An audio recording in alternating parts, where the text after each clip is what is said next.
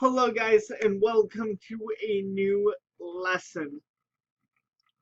For the next few lessons, we are going to talk about this guy, Andrew Jackson. Now, many of you guys have heard about this guy in previous history classes. And this guy made a huge impact on the political and social um, systems in America.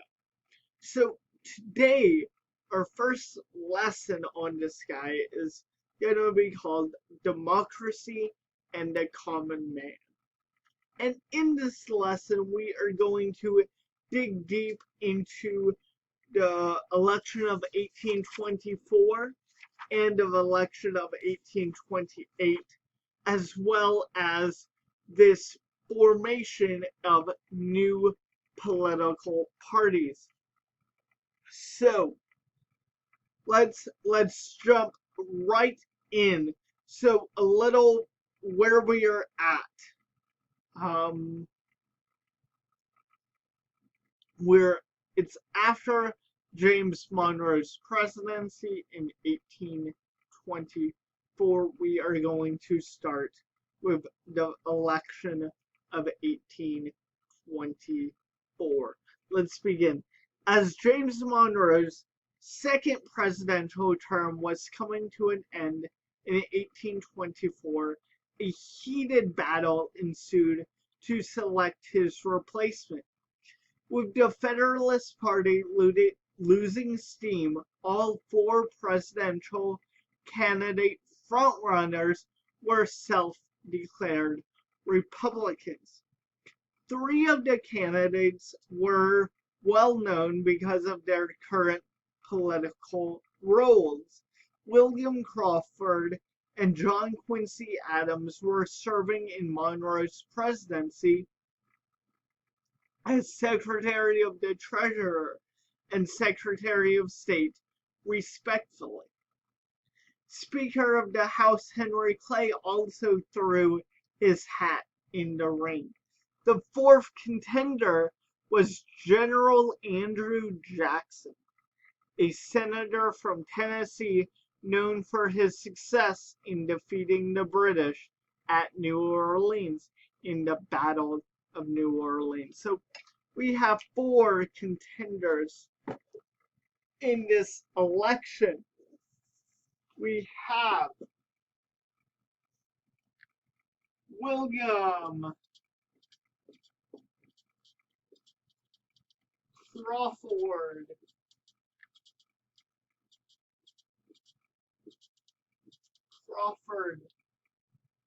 we have John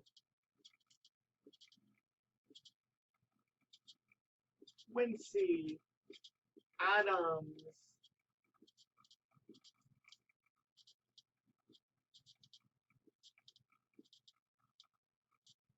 we have Henry Clay, and Andrew Jackson.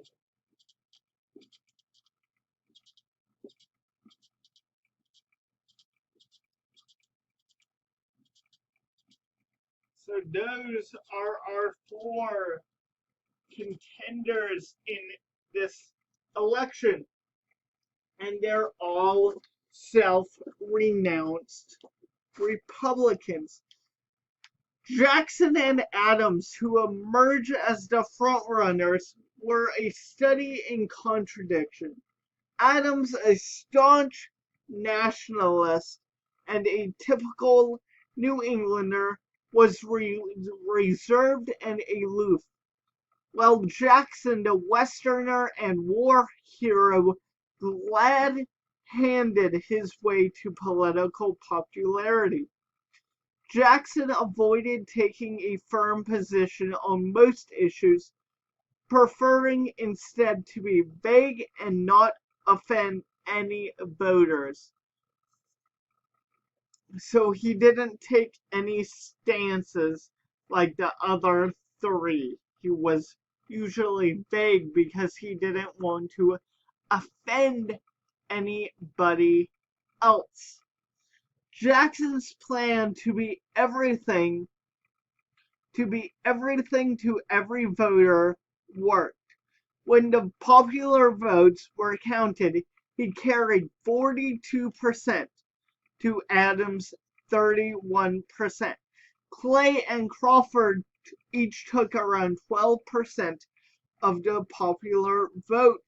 However, the electoral system complicated what was an otherwise simple voting process. At this time, states differed on how electoral votes were assigned.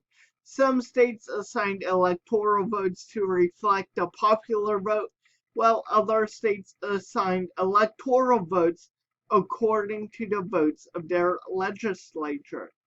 When the electoral votes were counted in 1824, no one candidate held the required majority to be named president. Jackson had 99 electoral votes, Adams held 84, Crawford earned 41, and Clay garnered 37 electoral votes. So, hold on. Jackson, 99. Adams, 84. Crawford, 41. And Clay, 37. So none of them really attained the threshold to become president. And this is why some people think of electoral college as bad. Some people think it's good. There's lots of opinions on the electoral college. According to the 12th Amendment to the Constitution, the decision now went to the House of Representatives, who would select a winner from the top 3 electoral vote earners. In this case, Jackson, Adams, and Crawford. So Henry Clay was out of consideration. Although Clay could not be chosen as president, he held a great deal of power because he was the Secretary of the House. So,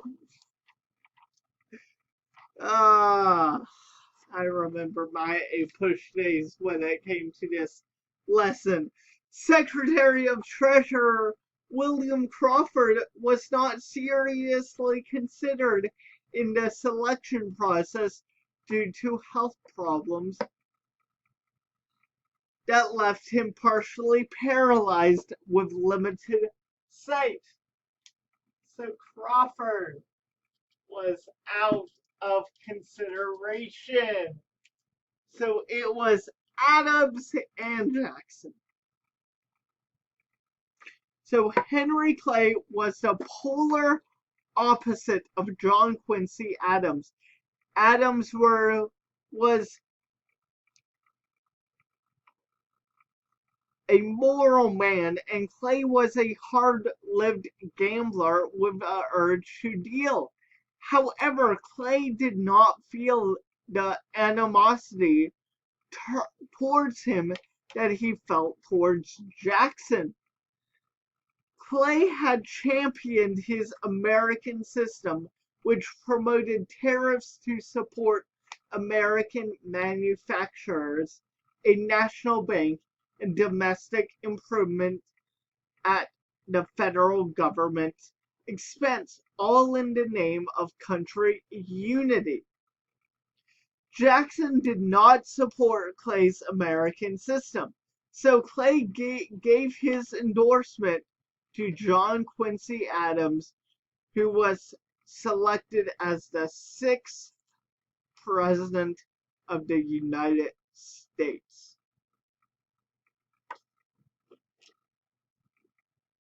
John Quincy Adams became President of the United States, the 6th President of the United States.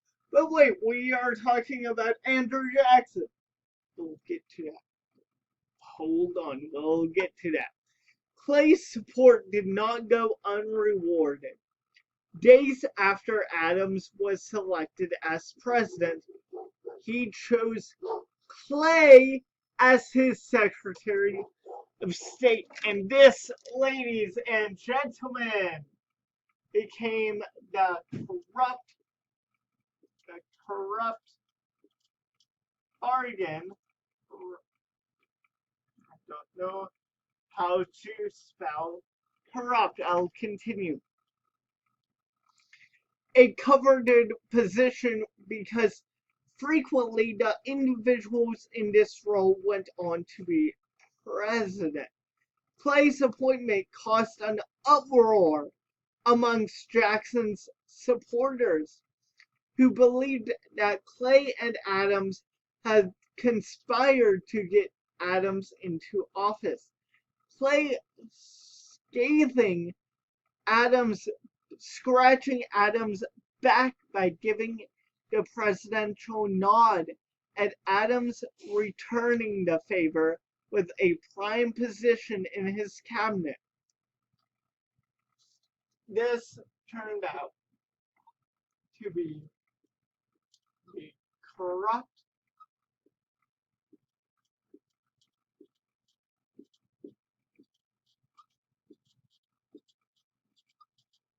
bargain